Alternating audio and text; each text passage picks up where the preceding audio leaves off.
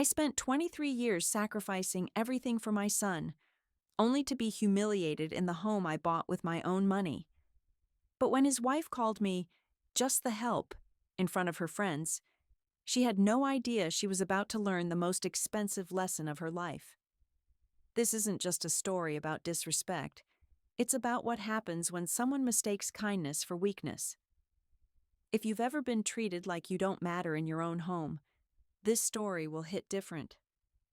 Make sure to subscribe and let me know in the comments if you've ever dealt with a toxic family member.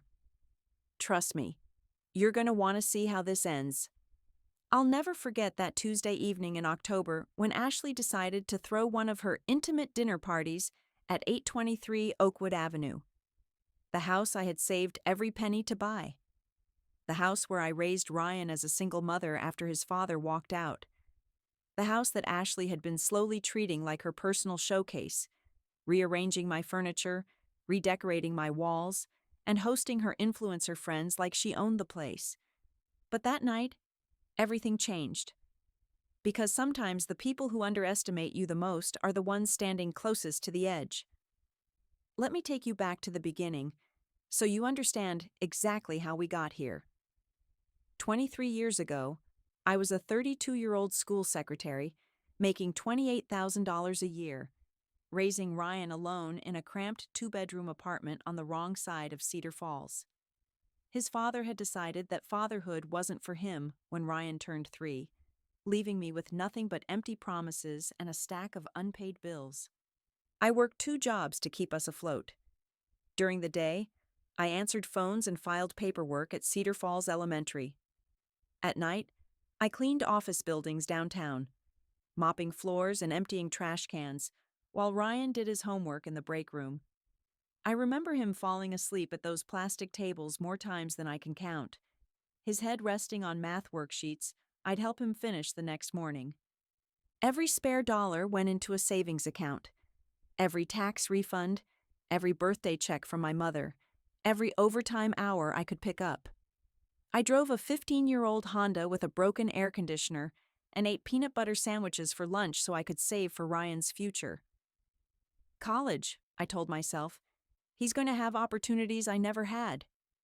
But life had other plans. When Ryan was 16, my Aunt Margaret passed away unexpectedly, leaving me her life insurance policy. $58,000. It wasn't a fortune, but combined with my savings, it was enough for a down payment on 823 Oakwood Avenue. A 3-bedroom colonial with a wraparound porch and a backyard big enough for the garden I'd always dreamed of planting. I'll never forget the day we moved in. Ryan was 17, captain of the JV basketball team, honor roll student, everything I'd worked for wrapped up in this tall, gangly kid who still let me pack his lunch. He walked through those rooms like he was exploring a mansion, and when he hugged me in the empty living room, he whispered, "We made it, Mom." That house became everything to me. I painted every wall myself, refinished the hardwood floors on my hands and knees, spent weekends at yard sales finding furniture we could afford. I planted rose bushes along the front porch, tomatoes and herbs in the back. I hung pictures of Ryan's achievements on every available wall surface, his graduation photos, his acceptance letter to Ohio State, the scholarship award that made college possible without drowning us in debt. Ryan moved back home after graduation, just temporarily, he said. The job market was tough, student loans were piling up, and I told him what any mother would: stay as long as you need. The house was paid off by then, my name alone on the deed, my credit that secured the mortgage, my sweat that turned 4 walls into a home. Then Ashley entered the picture. She was beautiful, confident, 10 years younger than Ryan, with perfectly styled blonde hair and an Instagram account full of motivational quotes about manifesting abundance. She worked in social media marketing, she said, running an online wellness boutique that sold overpriced supplements and workout plans to women who wanted to transform their lives. Ryan was smitten from day one. Within 6 months, Ashley had practically moved in, bringing her ring lights and camera equipment, her collection of essential oils, her habits of rearranging my furniture for better content opportunities. I should have seen the warning signs then, but I was just happy Ryan was happy, and if that meant sharing my home with his girlfriend, well, that's what mothers do, right? Ashley's intimate dinner parties started about 6 months after she and Ryan got engaged. What began as casual get-togethers quickly evolved into these elaborate productions where she'd invite her influencer friends over to create content around authentic living and generational wealth building. The irony wasn't lost on me, considering she was building her brand in a house she'd never paid a dime toward. But I kept my mouth shut. Ryan seemed happy, and Ashley, well, she had this way of making you feel like you were being unreasonable if you questioned anything she did. She'd tilt her head with this practiced concern and say things like, "Linda, I hope you know how much we appreciate you letting us use the space for my work," as if my own home was some favor I was granting them. The night that changed everything was supposed to be a celebration. Ashley had just hit 50,000 followers on Instagram, and she wanted to host a gratitude dinner with her closest friends and fellow content creators. She'd been planning it for weeks, ordering special linens, hiring a photographer, coordinating outfits that would photograph well in my dining room. I offered to help with the cooking, but Ashley waved me off. "Oh no, Linda. This needs to be very specific for the brand aesthetic. I've got it all handled." She'd hired a catering company, rearranged my furniture to create better lighting, and even asked me if I could maybe find somewhere else to be during the dinner. I should have said no. I should have reminded her whose name was on the deed, whose money had bought every plate they'd be eating off of. But I didn't want to cause problems for Ryan, so I agreed to stay in my bedroom during the main event and maybe come out later to meet everyone. The guests started arriving around 6. I watched from my bedroom window as they pulled up in their luxury cars, designer handbags glinting in the porch light I'd installed myself 3 years earlier. Ashley greeted each one with air kisses and excited squeals, leading them through my front door like she was welcoming them to her estate. I could hear the laughter echoing through the house, the clink of wine glasses, the constant click of camera shutters. Ashley's voice carried above the rest, animated and performative, describing the vision she had for the space, talking about home design inspiration and creating sacred spaces for abundance. Around 8:30, I heard Ashley calling my name. "Linda, could you come out here for a second?" I smoothed my sweater and walked out to the dining room, where 8 perfectly styled women sat around my grandmother's oak table, ring lights positioned strategically around the room. Ashley stood at the head of the table, her phone mounted on a tripod, clearly filming. "Everyone," Ashley announced with that bright influencer smile, "I want you to meet Linda. She's been such a blessing to our little family." The women smiled politely, a few offering small waves. One of them, a brunette with obvious lip fillers, looked me up and down with barely concealed assessment. "Linda is Ryan's mom," Ashley continued, her voice taking on that patronizing tone people use when talking about elderly relatives. "She's been so generous, letting us live here while we get our feet under us. It's been such a learning experience, figuring out how to blend families and manage multi-generational living situations." I felt my stomach drop. Letting us live here? The way she said it made it sound like I was some aging relative they'd graciously taken in, not the woman who'd bought and paid for every square inch of this house. But then the brunette spoke up, and everything got worse. "Oh, wow, that's so sweet," she said, looking directly at me. "It must be nice having live-in help." I keep telling my followers that good household management is so important for maintaining work-life balance. The room went quiet for a moment. I saw Ashley's eyes widen slightly, but instead of correcting the misunderstanding, she laughed. Actually laughed. "Well," Ashley said, her voice light and amused, "Linda does keep everything running smoothly around here. We're so lucky to have someone who knows the house so well." The other women nodded knowingly, and I realized with growing horror that Ashley had let them believe I was the housekeeper, in my own home, at my own dining room table. "She's wonderful," Ashley continued, still filming. "Always making sure everything is perfect, taking care of all the little details so Ryan and I can focus on building our future." I stood there, frozen, as these strangers looked at me with that particular combination of pity and dismissal reserved for service workers. Ryan sat at the far end of the table, staring at his plate, saying nothing. That's when I knew. This wasn't a misunderstanding. This was deliberate. I stood there for what felt like an eternity, watching these strangers nod and smile at me like I was part of the furniture. The ring lights cast harsh shadows across my grandmother's table, and I could hear the subtle whir of Ashley's phone camera, capturing every moment of my humiliation for her 50,000 followers.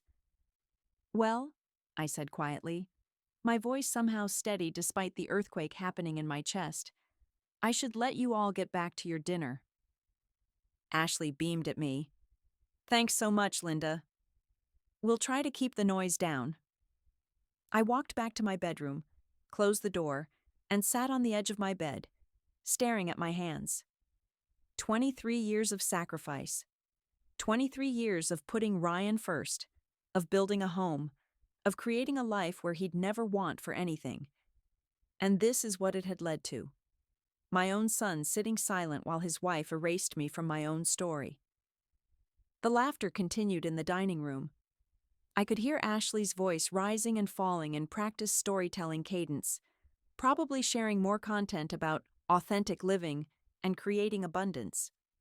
Through the thin walls, I caught fragments of conversation about brand partnerships and engagement rates and something about a house tour video she was planning. A house tour. Of my house. As if it belonged to her. I opened my bedroom door slightly and listened. Ashley was in full performance mode now, her voice carrying clearly down the hallway. "So the plan is to do a complete renovation," she was saying. "Knock out this wall here, open up the whole space. Very modern farmhouse, very clean lines. The current setup is so dated, you know. Very 80s suburban mom." One of her friends laughed. "God, yes. All those family photos everywhere. It's like a shrine." "I know, right?" Ashley's voice dropped to a conspiratorial whisper that somehow carried perfectly. "I keep telling Ryan we need to update everything, but you know how families can be about change, especially when they're not used to having vision." They were talking about gutting my house. The walls I'd painted, the floors I'd refinished, the kitchen where I'd made Ryan's lunch every morning for 4 years of high school. They wanted to erase every trace of the life I'd built here, turn it into some sterile Instagram backdrop. But what shattered me wasn't the renovation talk.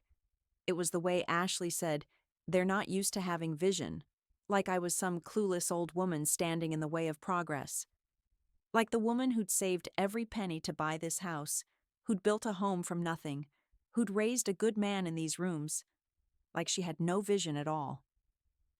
I closed the door and sat back down on my bed. For the first time in years, maybe decades, I wasn't thinking about what Ryan needed or what would make him happy. I was thinking about what this felt like for me. And what it felt like was the end of something. I pulled out my phone and scrolled through Ashley's Instagram, something I'd never done before. Post after post of her in my house, in my kitchen, on my porch. Captions about, "Home is where the heart is," and "Grateful for this beautiful space." Comments from followers asking about her gorgeous house and her amazing style. Not one mention of the woman who'd actually made it all possible. In that moment, sitting in my bedroom while strangers planned the destruction of my life's work in my own dining room, something inside me shifted. Not broke, shifted. Like a puzzle piece finally clicking into place after years of being forced into the wrong spot. I opened my dresser drawer and pulled out the folder where I kept all my important documents. Insurance papers, birth certificates, tax returns. And there, In a clear plastic sleeve was the deed to 823 Oakwood Avenue. Linda Marie Thompson, sole owner. Purchased March 15, 2006. Mortgage satisfied in full. October 2019. I stared at that document for a long time, reading my name over and over. Then I stood up, walked to my closet, and pulled out the small suitcase I'd bought years ago for a vacation I'd never taken because Ryan had needed something. College textbooks, maybe, or help with rent. The dinner party was still going strong in my dining room. I could hear Ashley describing her content creation goals and something about a YouTube channel. But for the first time in 23 years, I wasn't listening for what my son needed. I was listening to what I needed. And what I needed was to stop being invisible in my own life. I started packing. I didn't leave that night. Instead, I waited. I listened to Ashley's dinner party wind down, heard her friends gush about the gorgeous space, and promised to share her content with their followers.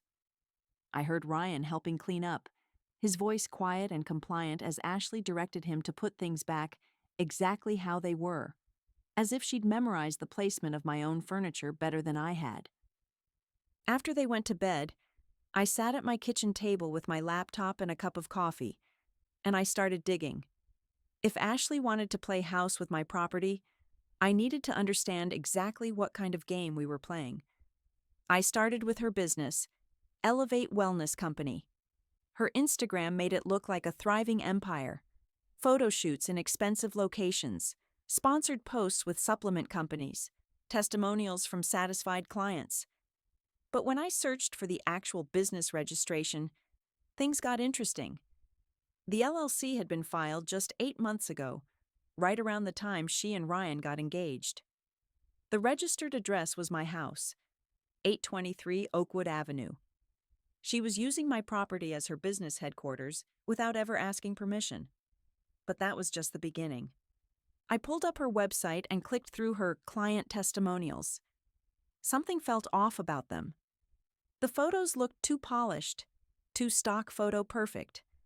So I did reverse image searches on each one. Every single testimonial photo was stolen from other wellness websites.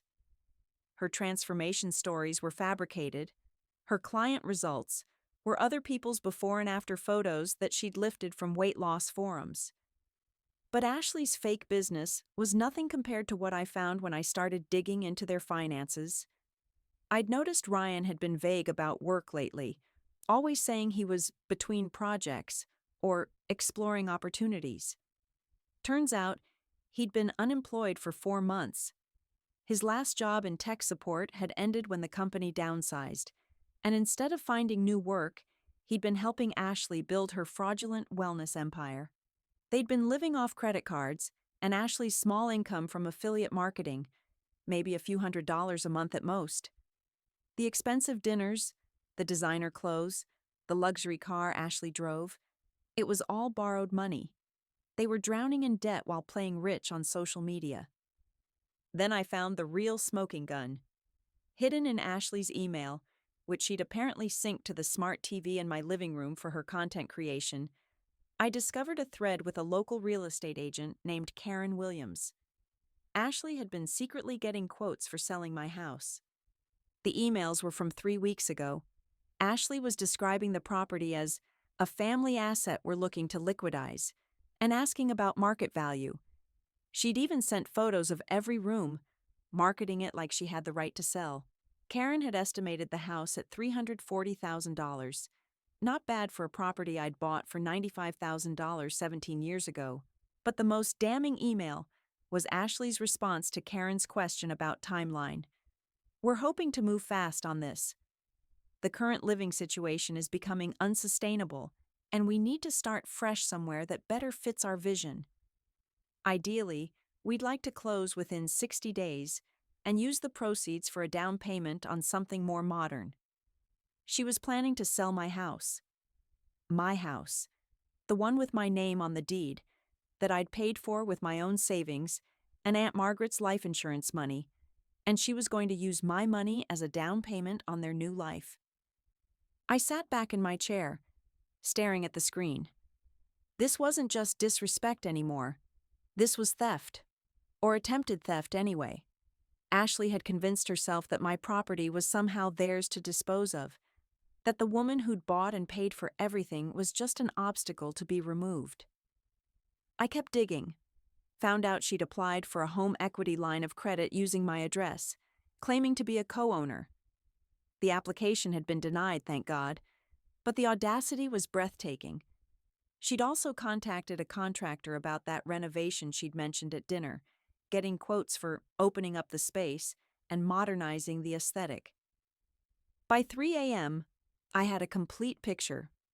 Ashley and Ryan were living a complete lie, funded by credit cards and supported by my generosity, while secretly planning to sell my house out from under me and disappear with the money. They'd turned me into their personal ATM and retirement plan, all while treating me like hired help in my own home. I closed the laptop and sat in the darkness of my kitchen, listening to the house settle around me. Tomorrow, everything would change. But tonight, for the first time in months, I felt completely clear about what needed to happen next. Knowledge, I realized, was the most powerful weapon of all. The next morning, I made coffee and sat at my kitchen table with a yellow legal pad, mapping out my strategy like I was planning a military operation. Because in a way, I was. Ashley and Ryan had declared war on my dignity, my home, and my financial security. They just didn't know I'd found their battle plans. First, I needed legal advice. I called Harrison and Associates Legal at 9 a.m. sharp and scheduled an appointment with David Harrison for that afternoon. I'd met David years ago when I'd updated my will after buying the house. He was thorough, no nonsense, and most importantly, he understood Ohio property law inside and out. While Ashley was upstairs filming her morning routine in my bathroom, I could hear her talking to her phone about starting each day with gratitude. I gathered every document I needed. The original deed, mortgage papers, property tax records, utility bills going back years. Everything that proved 823 Oakwood Avenue was mine and mine alone. I also printed out screenshots of Ashley's emails with the real estate agent, her fraudulent business registration using my address, and her failed application for a home equity line of credit. Evidence that she was actively trying to profit from property that didn't belong to her. At 2 p.m., I sat across from David Harrison's desk while he reviewed everything I'd brought. His expression grew more serious with each document he examined. "Linda," he said finally, "this is attempted fraud.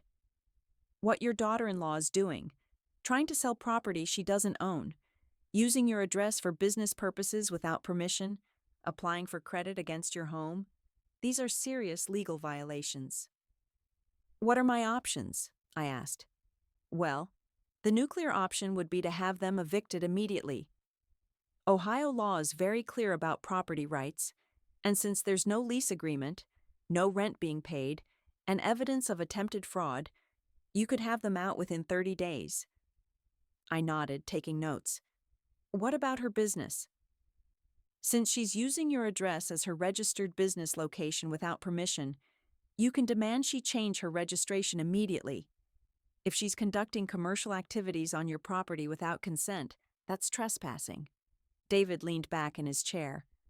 "But Linda, before we go down this road, I have to ask, are you prepared for the family fallout? This will likely end your relationship with your son permanently." I thought about Ryan sitting silent at that dinner table, while Ashley let her friends believe I was the hired help. "I think that relationship ended already," I said quietly. "I just didn't realize it yet." Over the next few days, I put my plan into motion. I opened a new bank account at Riverside Community Bank and had all my financial statements sent there instead of to the house. I didn't want Ashley intercepting any mail that might tip her off to what was coming. I also started documenting everything. Every time Ashley rearranged my furniture for a photo shoot, I took pictures. Every time she used my kitchen for her content creation, I recorded the date and time. When she hosted another Instagram live session in my living room, talking about home design inspiration, without mentioning that none of it was actually hers, I screenshot the entire thing. The most damaging evidence came from Ashley herself.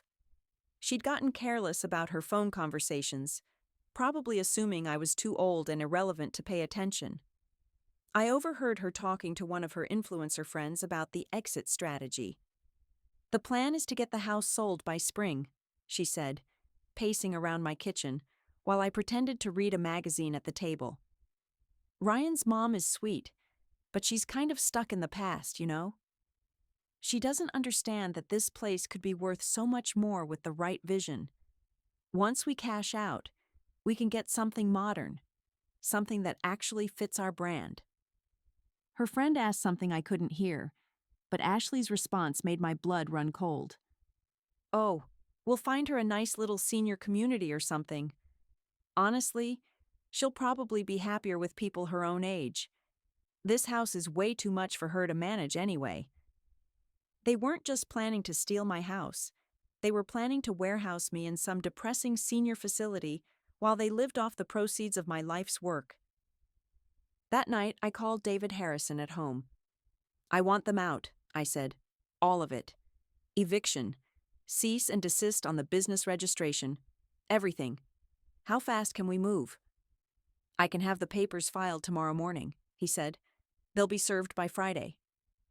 "Perfect," I said, looking around my living room where Ashley had arranged her ring lights for tomorrow's home tour video. Let's see how authentic her content gets when she has to explain why she's suddenly homeless. Friday morning arrived gray and drizzling, the kind of October weather that makes everything feel ominous. I was sitting at my kitchen table, pretending to read the newspaper while Ashley bustled around preparing for her home tour video. She'd spent the entire week staging my house like a movie set, moving my furniture, hiding my personal photos, and arranging rented decorative pieces she'd ordered online. "Linda," she called from the living room, her voice artificially sweet, "would you mind staying upstairs during my filming today? I know it's your house, but the lighting is just perfect right now, and I really need this content to be flawless." "Of course, dear," I said, not looking up from my paper. "Whatever you need." Ryan had already left for what he claimed was a networking meeting, but was probably just hiding at the coffee shop downtown. He'd been increasingly uncomfortable lately, sensing the tension, but too cowardly to address it directly. At exactly 10:47 a.m., the doorbell rang. Ashley was in the middle of filming her introduction, standing in my living room talking about creating spaces that reflect your highest self. I watched from the kitchen doorway as her face shifted from confusion to alarm when she saw the uniformed process server through the front window. "I'm so sorry," she said to her phone camera, forcing a smile. "Just give me one tiny second." She opened the door, and I heard the formal words that would change everything. "Are you Ashley Mitchell Thompson?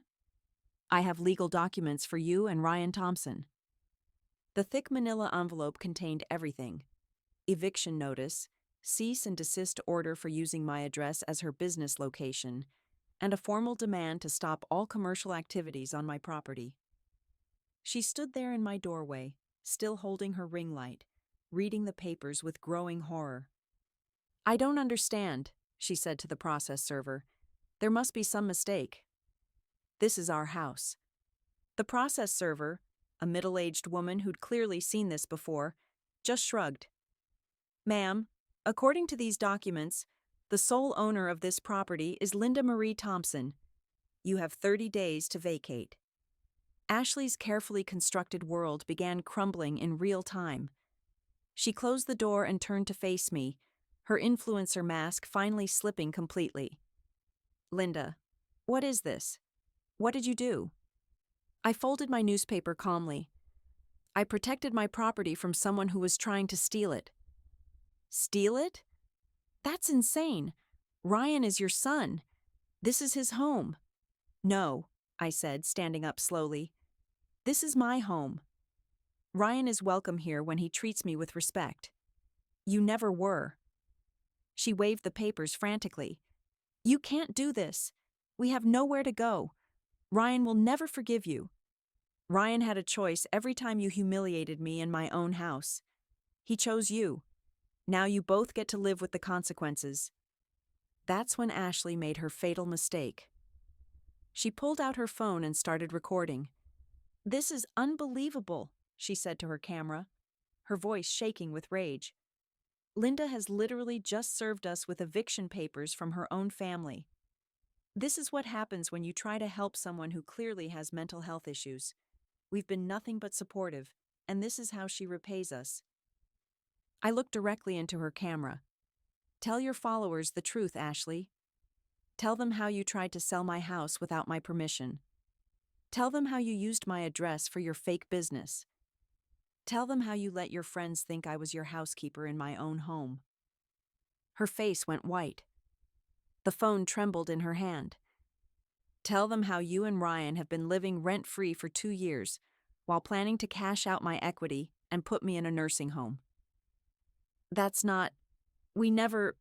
she stammered, but she couldn't finish the lie. "I have the emails, Ashley. All of them. The real estate agent, the contractor quotes, your conversations about getting rid of me. Did you really think I was too stupid to figure it out?" She stopped recording, her hand dropping to her side. For the first time since I'd known her, Ashley Mitchell Thompson was completely speechless. "You have 30 days, I said quietly. "And Ashley? That home tour video you were filming? You might want to delete it, unless you want to explain to your followers why you're suddenly homeless." I walked past her to the front door and opened it wide. "I'll be staying at Riverside Gardens Apartments until you're gone. Don't contact me unless it's through my lawyer." As I stepped onto my own porch, I could hear Ashley's phone buzzing with notifications. Her followers were probably wondering why her live stream had ended so abruptly. Soon they'd know everything. The next 3 weeks were like watching a controlled demolition in slow motion. From my temporary apartment at Riverside Gardens, I had a front row seat to Ashley's complete collapse. And I'll be honest, I didn't feel sorry for her. Not even a little bit. It started with her Instagram. Within hours of our confrontation, Ashley posted a tearful video about family betrayal and elder abuse, painting herself as the victim of a vindictive mother-in-law. But the internet is unforgiving, especially when you've built your brand on lies. Her followers started asking questions. If she was being evicted by family, why had she always talked about her house? Why were there no photos of her actually living there long-term?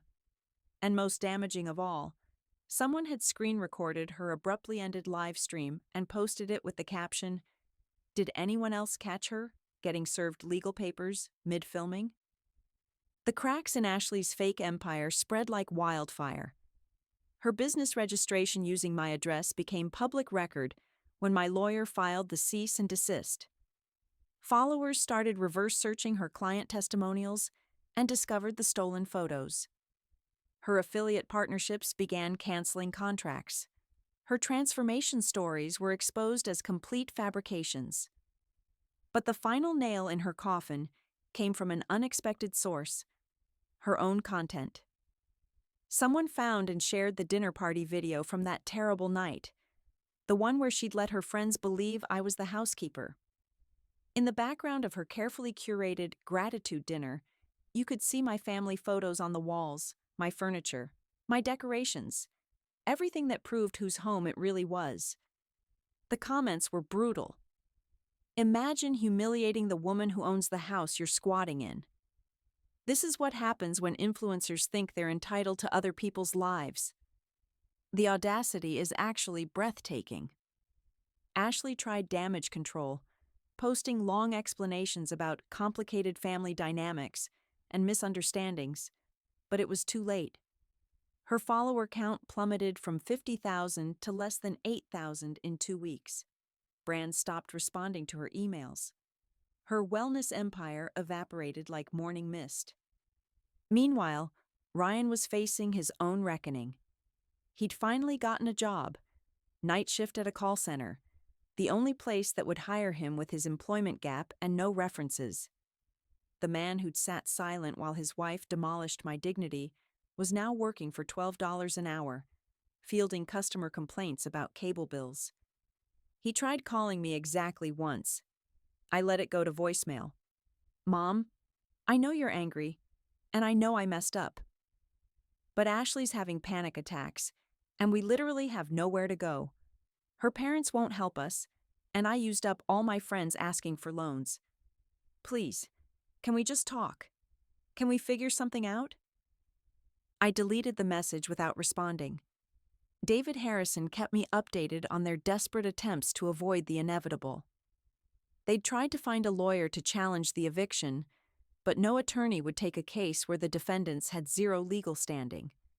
Ashley even attempted to file a countersuit claiming emotional distress, but dropped it when she realized discovery would expose even more of her fraudulent behavior. With 1 week left on their 30-day notice, I drove past my house for the first time since leaving. The yard looked neglected. Ashley's ring lights were still visible through the living room windows, and there was a "for rent" sign in the front yard. Apparently, they were so delusional, they thought they could sublet my own house to cover their expenses. I called David immediately. The sign was down within hours, and Ashley received another legal notice about attempting to profit from property she didn't own. Their final week was a parade of humiliation. I watched from social media as Ashley posted increasingly unhinged content about toxic family members and financial abuse. Her remaining followers weren't buying it. The woman who'd built her brand on manifesting abundance and positive energy was publicly melting down, and everyone could see it. Ryan posted exactly once during this period, a simple Facebook status. "Sometimes you don't realize how good you had it until it's gone. I'm sorry, Mom. Too little, too late." On moving day, I sat in my car across the street and watched them load their belongings into a rented U-Haul. Ashley looked haggard, her perfect hair unwashed, her designer clothes wrinkled. Ryan moved like a man carrying invisible weight, his shoulders hunched with shame. They didn't take much. Most of the furniture was mine anyway.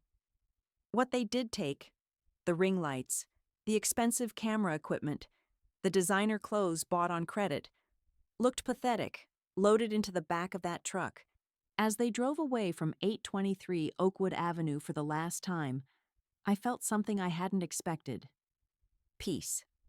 Walking back into 823 Oakwood Avenue after a month away felt like reclaiming my own skin. The house was eerily quiet, empty of Ashley's ring lights and staged photo setups, stripped of the artificial energy that had turned my home into a content creation studio. But it was mine again, completely and undeniably mine. The first thing I did was open every window, letting fresh air sweep through rooms that had felt suffocated by lies and manipulation. Then I walked through each space slowly, remembering what it had been like before Ashley's invasion, before I'd been made invisible in my own life. My family photos were back on the walls where they belonged. My furniture sat in its original arrangement. The kitchen table where I'd eaten countless breakfast meals with teenage Ryan was once again just a kitchen table, not a backdrop for wellness content. The house exhaled with me, settling back into its authentic self. But I wasn't the same woman who'd left here a month ago. That woman had been tired, diminished, apologetic for taking up space in her own home. The woman who returned was awake, clear-eyed, and finished with making herself small for other people's comfort. I spent the first week simply existing in the quiet. No drama, no conflict, no walking on eggshells around someone else's fragile ego. I cooked meals I wanted to eat, watched television shows I actually enjoyed, and went to bed when I was tired instead of hiding in my room to avoid uncomfortable confrontations. The second week, I started reclaiming my space intentionally. I painted the guest room that Ashley had turned into her office, a soft yellow that made the morning light dance across the walls.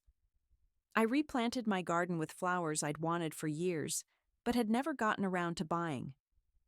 I hung new artwork, rearranged my bookshelves, and slowly erased every trace of the invasion.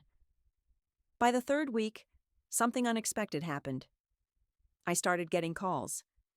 The first was from my neighbor, Mrs. Patterson, who lived 2 houses down. "Linda," she said, "I hope you don't mind me saying this, but you look different. Happier. More like yourself." Then my former colleague from the school district called. "I heard through the grapevine that you're doing well. We should catch up sometime." These were people I'd lost touch with over the years, relationships that had faded as I'd poured all my energy into accommodating Ryan and Ashley's needs. I realized I'd been so focused on being the perfect mother, the perfect host, the perfect doormat, that I'd forgotten how to be a friend, a neighbor, a person with my own interests and opinions. 1 month after moving back home, I did something I hadn't done in years. I threw a dinner party. Not for content creation or image management, but because I wanted to share a meal with people I genuinely liked. Mrs. Patterson came, along with 3 women from my old book club and my former supervisor from the school. We ate off my grandmother's china, drank wine from glasses that weren't positioned for optimal lighting, and talked about books and gardening and local politics. No one asked me to hide in my bedroom. No one treated me like hired help. They laughed at my stories, asked for my opinions, and treated me like what I was: the host, the homeowner, the woman whose space this had always been. As for Ryan, he reached out exactly once more, 2 months after the eviction. A simple text: "I understand if you can't forgive me, but I need you to know I'm sorry. Really, truly sorry." Ashley and I are separated. I'm working on figuring out who I am without someone telling me who to be. I didn't respond immediately.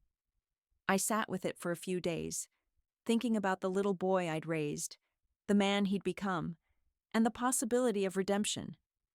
Not restoration. I would never again be the woman who sacrificed everything for her child's comfort. But maybe someday, there could be a relationship built on mutual respect instead of one-sided devotion. For now, though, I was content with the life I was building. A life where I was the main character in my own story, where my voice mattered, where my home was truly mine. I'd learned that love without respect is just servitude, and that sometimes the most loving thing you can do is refuse to enable someone's worst impulses. I was 64 years old, sitting in my own living room, surrounded by my own things, answerable to no one but myself. And for the first time in decades, that felt like exactly enough. Thanks for listening to my story. If this resonates with you, don't forget to subscribe and share your own experiences in the comments below. Remember, you're never too old to reclaim your life.